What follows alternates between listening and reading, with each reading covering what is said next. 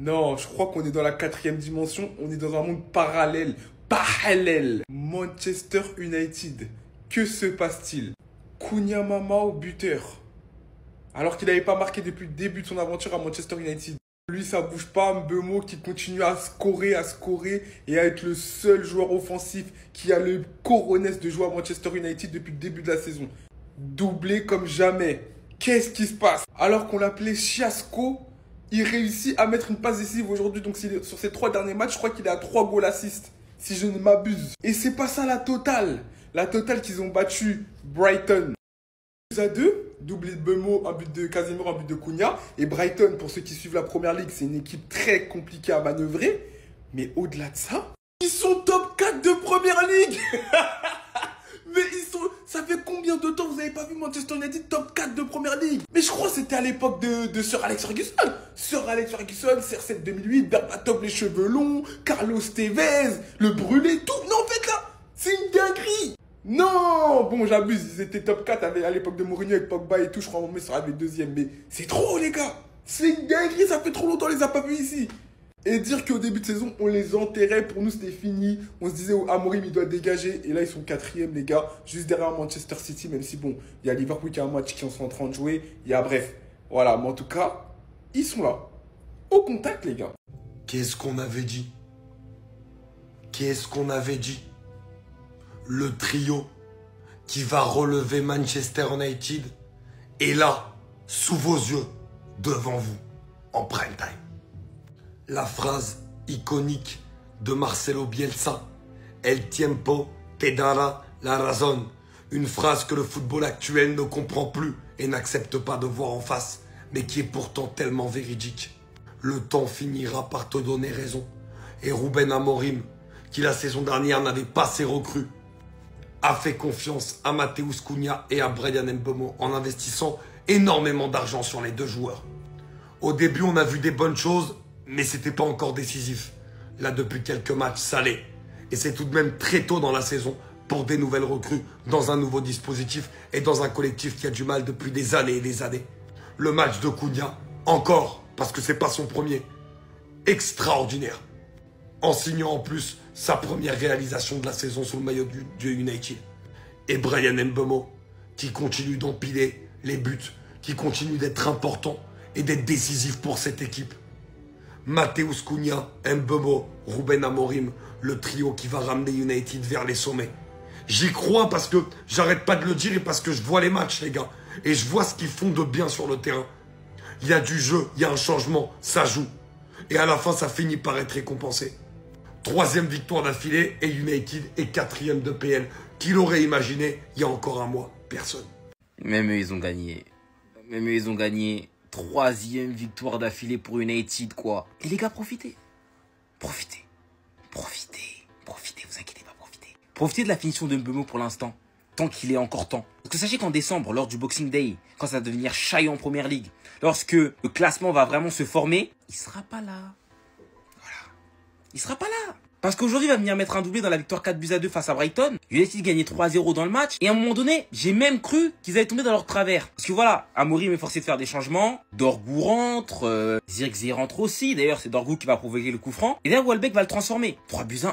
En temps additionnel, après, on va voir Brighton mettre le 3-2. Et là, je me suis dit quoi? Ça y est, ça c'est une équipe que je connais. Mais non. Bryan Mbeumo qui vient tuer le suspense et éteindre le feu à la 96e. Le type a une finition chirurgicale. T'as l'impression qu'à chaque fois qu'il va tirer, c'est sûr que c'est dans le cadre et elle va rentrer. Assez haute quand même au niveau de la ligne médiane. Et en 2-3 passes, il se retrouve devant les cages. Et sur 3 des buts inscrits, littéralement été ça. Ça a été récupération haute et 1 ou 2 passes plus tard, c'est un tir. Cunha a d'ailleurs marqué son tout premier but de la saison. Franchement, c'est un excellent joueur. Très débrouillard. Même par moments, il est un peu qui veut un peu trop se débrouiller. Ce qui fait que des fois, il lâche pas trop le ballon. Comme s'il était encore à Wolverhampton où il devait tout faire tout seul. Mais non, ça y est, maintenant, il a ses coéquipiers. Il a des bons joueurs autour de lui. Il peut faire des passes. Aujourd'hui, franchement, top performance. Sesko a aussi fait sa passe D du coup pour Mbeumo. Aujourd'hui, le trio a été gagnant. Mais il y a un des gars du trio qui va bientôt se barrer au Maroc. Et j'espère que le Cameroun, juste pour ça, il va aller en demi-finale. Voilà. Je vous le souhaite. Je lui souhaite.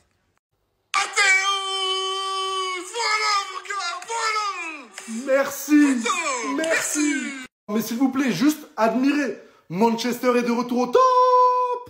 Non mais quel match. Quel match. Victoire 4-2 face à Brighton. But de Cunha, but de Casemiro et doublé de Bryan Mbeumo, le meilleur chauve de l'histoire du football. Désolé Zizou. On est officiellement de retour. Manchester United est 4e de Première Ligue. On est sur 3 victoires de suite, merci. Venez, on gagne encore les 2 prochains matchs, comme ça il arrête son défi débile et il se coupe enfin les cheveux. Dès le début du match et surtout au début, on était en pétard, on menait 2-0 à la mi-temps. À la 39e minute, les supporters de Brighton ils boudaient déjà. Et on aurait pu mener 4-0 si Anthony Taylor n'était pas un gros chien. On aurait pu siffler 2 pénaltys en première mi-temps, mais je vous referai une vidéo spécialement sur lui. On a eu encore un gros match de Sen Lamens, notre nouveau gardien.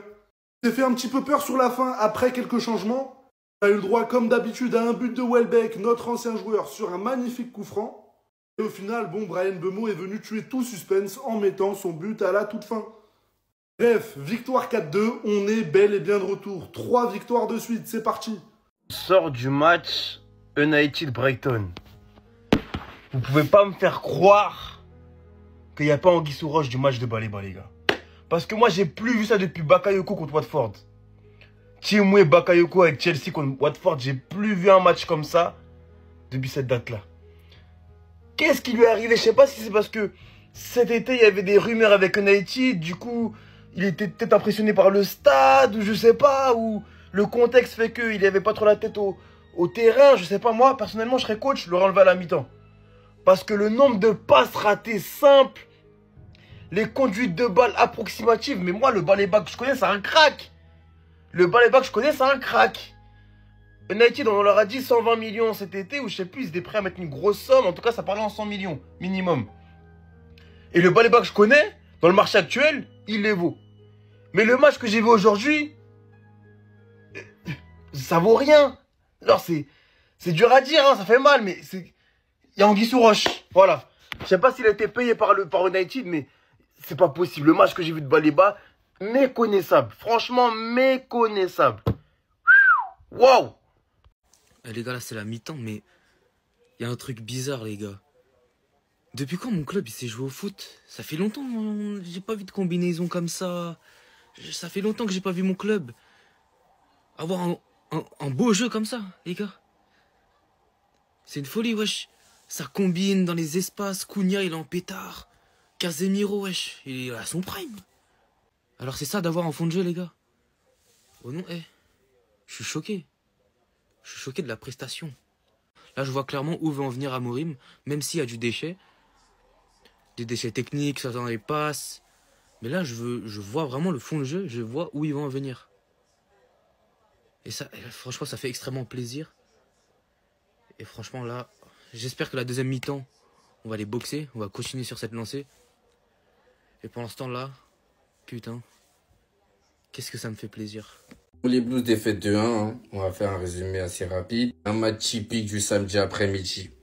Voilà, contre un promu à domicile. On marque rapidement par l'intermédiaire de Garnacho, où sur le début de match, on les prend à leur propre jeu parce que c'est nous qui ont joué en transition, alors que Sunderland, c'est leur plan à eux. Du coup, voilà, la transition, ça met Garnacho en lumière, voilà, vitesse, pas besoin de beaucoup dribbler, voilà, juste un petit crochet, une frappe, un but, voilà, quand c'est sur ses qualités, c'est fort. Après ça, Sunderland arrive à revenir au score sur une longue touche, leur spécialité, on était prévenus, mais bon.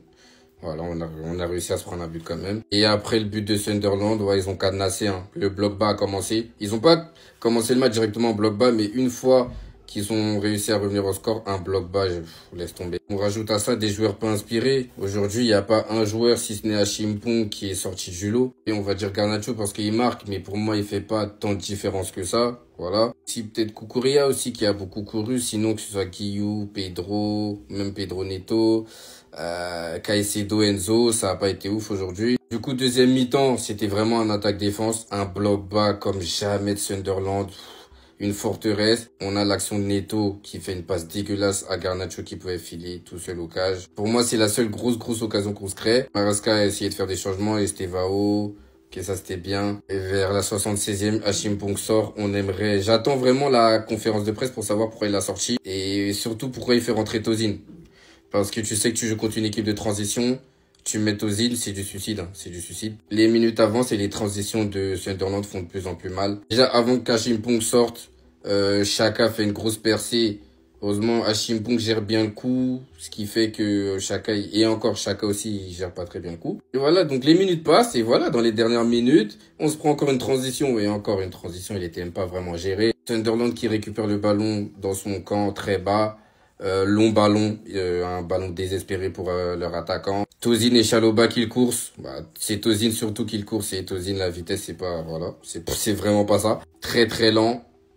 Il arrive à le rattraper dans la surface, mais il cadre. On sait pas pourquoi. Chalobah aussi qui est en spectateur. Et on se fait punir sur cette action. Que dire. Maresca, je le blâme juste pour le changement de Achimpong pour Tosin. Mais après, j'attends de voir pourquoi. Et pourquoi il a pas mis Fofana à sa place. Sinon, je mets plus les joueurs en fautif sur ce match-là parce qu'ils ont vraiment pas été bons. Ça manquait de créativité, ça manquait d'idées, ça manquait de mouvement. Après, personnellement, le fait qu'on n'utilise pas les dédoublements sur les côtés, ça me dérange et ça va toujours me déranger. Surtout contre ce type d'équipe qui est regroupée, où un ailier tout seul ne peut pas faire grand-chose. Donc, voilà.